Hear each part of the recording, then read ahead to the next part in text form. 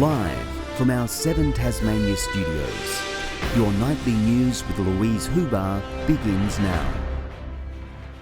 Good evening. Federal Labor has promised to build a $5 million wellbeing centre supporting Tasmania's veteran community.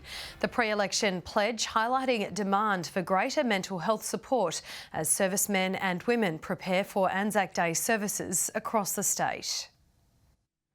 There's no greater advocate for Tasmania's veteran community than Gary Ivory. The nephew of war hero Teddy Sheehan is preparing to commemorate 80 years of his bravery. Anzac means a lot to me, not only for my Uncle Teddy, but it's for all the diggers that went to war and honouring the ones that gave their life for the country. Marking the first year since the withdrawal of Afghanistan, Tasmanians are reminded to think of our young soldiers this Anzac Day. I encourage Tasmanians to seek out a veteran and say thank you for your service. 2 years since the pandemic brought traditional commemorations to a halt,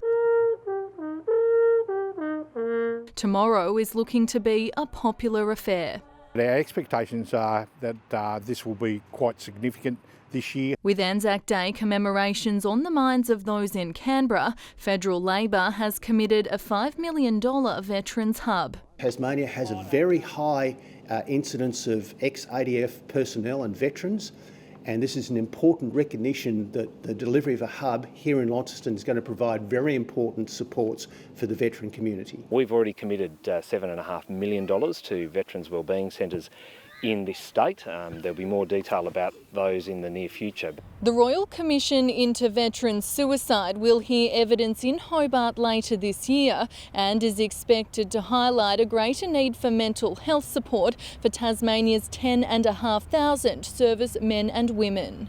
I think for the veterans to be able to tell their story and hear it right from a grassroots level is going to be so important. Almost 150 events will be held across Tasmania to commemorate our fallen heroes this Anzac Day. Ainsley Kosh, 7 Tasmania News. Tasmania's daily COVID caseload has dropped below 1,000 for the first time in more than 6 weeks. 935 new infections were reported overnight. 49 people remain in hospital with the virus and 1 person is in ICU. The Brighton community has been all but guaranteed new facilities for its local football club, with the Liberal Party matching Labor's $2.3 million election commitment. The deal would see 2 full-sized and junior pitches upgraded. Our staff at Brighton Council and the councillors ourselves have obviously put forward a really good plan to both parties, and whoever is successful, Brighton will win. Council will throw in $1.1 million to have the project completed in 4 years' time. There was a block party in Launceston this weekend with the annual Brick's-ibition. There was something for every Lego lover, from delightful dinosaur displays to terrific Titanic replicas. Emerson Mee has assembled this Lego lunar landscape over 10 years. All second-hand because they are early 90s, late 80s and into the 70s kits. His classic collection forms one of the painstakingly built displays at Brick's-ibition. It's an opportunity to put my layout together because it's something that it takes time and it's normally packed up at home. The event by the Tasmanian brick enthusiasts featured a scale replica of the world's only 7-star hotel, a field of carrots, a pirate ship, and even an electric guitar built from Lego. 2 days were sunk into this Titanic build, one of many inspired by pop culture. Ghouls from Ghostbusters made the trip, along with ships from Star Wars. And this prehistoric exhibition attracted a crowd. A lot of inspiration from movies, comics, different kind of stuff that's around the world. And the thing is, they're all unique.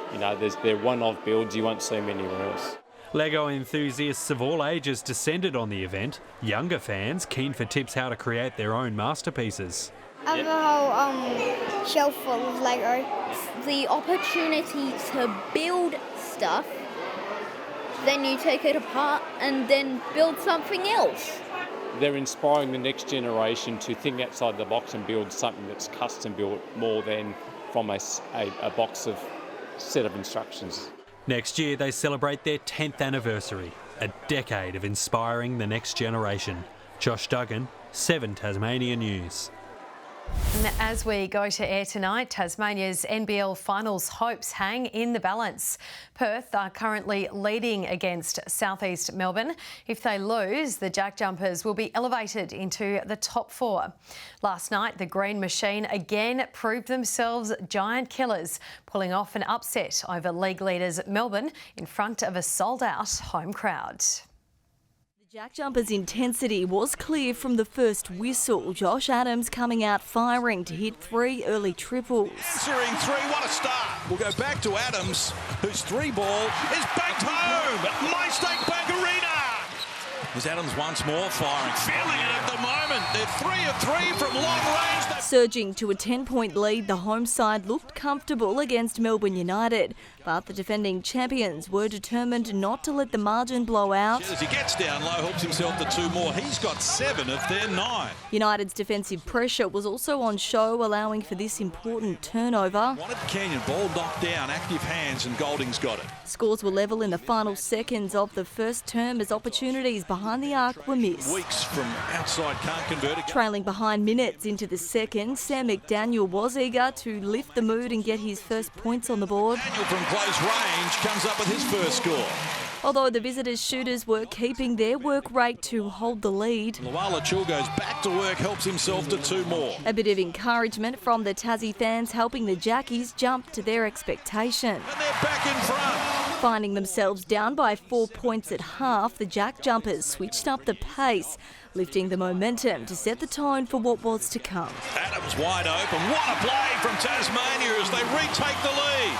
Setting up a strong third term, they continued to outscore the visitors, who were showing signs of fatigue. And fills it up. They lead by 5. While United were without some of their greats, the lineup still tried to hold on to the basket. From close range, takes his tally to 12. But Tassie's late surge only continued when it mattered most. And they wanted that bad. Going on to dominate the fourth quarter, Josh Majed stepped up to deliver. He's been good. The boys in green hitting crucial buckets. Sam McDaniel with some fancy footwork to sink this one. That adds another 2. Despite their best efforts, it was all over for the defending champions. A special moment for Tasmania as they marched home with a 22-point victory. Grace Evans, 7 Tasmania News. Tasmania's National Netball Championship squads didn't finish the competition the way they wanted. The under-19 suffered a 17-point defeat to Queensland, while the under-17 group came up short against Western Australia. Diamonds head coach Stacey Marinkovic made a special appearance in Hobart today for the event, on the lookout for the next generation of stars. There has been representation from Tasmania. You had Natasha Chocolate, who was a Diamonds player, and it's making sure that you can understand that there's no limitations as to where you're from, what background you're from. The week of netball has proved to be a pathway to help several athletes into the top league, with every current national representative having previously played in the competition. A 10-man Launceston City have snatched a victory against Glenorchy in the latest round of the NPL. Jaden Fidra finishing off a late counter-attack in the 93rd minute to take City to 3rd in the table. Devonport regained top spot with a 1-0 win over South Hobart, while Olympia and Clarence played out a 1-1 draw. Good evening. 21 was the state's top in Launceston today, Hobart 19 and 17 degrees in Burnie and Devonport, 18 on Flinders Island and 17 in Lyoini and Strawn. The satellite pictures show clear skies over most of the state with a meso low over the Bass Strait, while extensive cloud is lying over most of central and northeastern parts of the country, with patches of low-level cloud over Victoria and WA and mostly clear skies over Tasmania. Tomorrow's chart sees a large high near the state extending to a ridge over most of the country, with a trough over inland Queensland and a trough near the top end. Variable winds of 10 knots becoming east to northeasterly 5 to 15 knots by the late evening. Southwesterly swells of 3 to 3.5 metres in the west and south. A top of 17 in Hobart tomorrow, early fog in Dover, and 18 and morning fog in Ouse.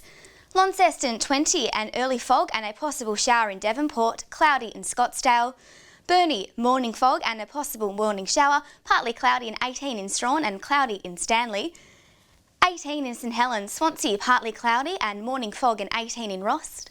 Taking a look at the 3-day forecast now, showers about the northwest and northeast on Tuesday, fine elsewhere, apart from a few showers about the east coast and patches of morning fog. Wednesday, showers about the north, extending to central and eastern districts throughout the afternoon, fine in the west, 18 in Burnie and a top of 20 in Hobart. And showers about the north and east of the state on Thursday, developing to the west late in the evening, fine elsewhere, 22 in Launceston and 21 degrees in Swansea. A shower or two in Brisbane tomorrow, Sydney 22, partly cloudy and 21 degrees in Melbourne, Adelaide 25, partly cloudy in Alice Springs and sunny and 38 degrees in Broome. And right now in Hobart it's partly cloudy and 13, Launceston clear 14 and Devonport also clear and 13, and that's all from me this evening, Lou. Beautiful, thanks for that, Victoria. And that's all your news for now. Thank you for joining us. Have a lovely evening. Good night.